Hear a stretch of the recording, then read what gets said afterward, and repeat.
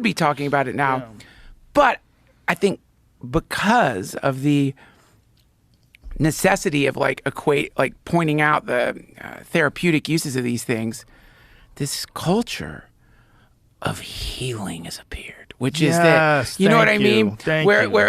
Where instead of like, you know, everyone's like taking the thing to get better, to heal, to fix, to improve, to advance, to evolve. It's capitalism has weirdly merged with psychedelics because the idea is I'm taking psychedelics because I like the way I feel when I'm high. You know what I mean? Not like, oh, I've got to get in there and like reconfigure a broken gear in my mind. And not that is, again, it is therapeutic. And with clinical therapy and psychedelics, the research is showing like incredible results.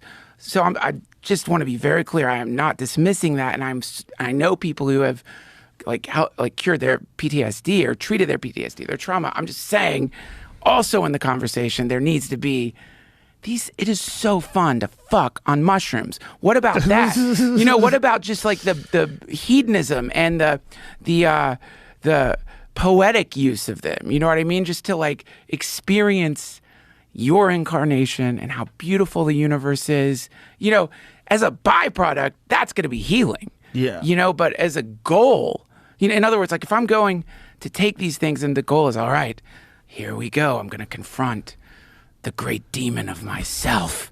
That's going to be a weird trip. It's also you're kind of summoning that demon. Yeah. You know? Yeah.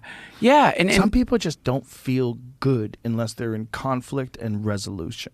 Yeah. They need conflict and resolution. Right. It's a thing. It's like, yeah, man. It's not just that the universe throws you curveballs, because it most certainly does. We all have had things happen to us, most certainly that we did. It's not our fault. But there's also people that seem to not just attract, but they seem to pursue conflict and resolution. Yeah, that's right, man. It gives them a sense of form. Instead of like, and oftentimes those people are not doing as well in the rest of their life as they should be. Like maybe there's like a potential not reached.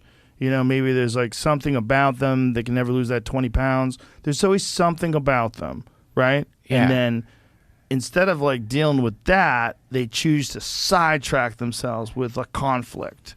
Oh yeah, that's conflict. Cool. And you know that guy that like all of a sudden starts doing drugs, and you're like, hey man, I thought you didn't do drugs anymore. I don't. I mean, I'm gonna stop, but now I'm back on it for a little bit. Like, okay, it's like, why is that guy doing that?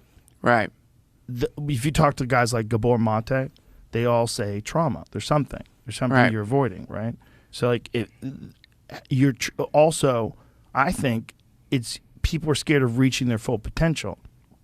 So sometimes when people are scared of the expectations of their full potential, they want to derail themselves, right? So that it relieves some pressure. Sure. And so they just start smoking crack. Yeah, fear of death, man. Yeah. You don't want to die. Yeah. You have, because of whatever the roll of the dice was, you've had a rotten life, and not you, but some people have had it really bad, and from that a certain personality emerges. Yep. The survivor, the whatever it may be.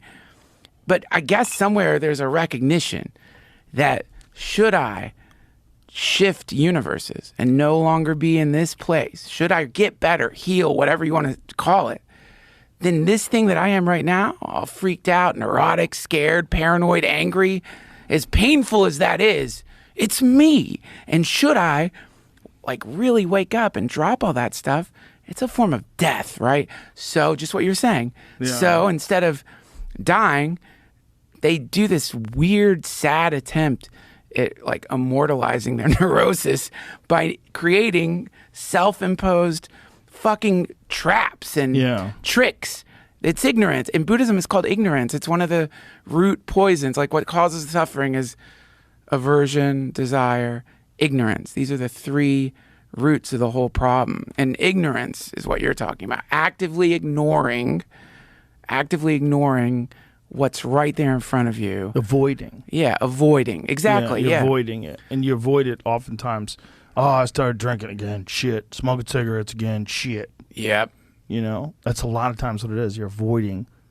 It's like getting better at stuff and getting better at life, improving upon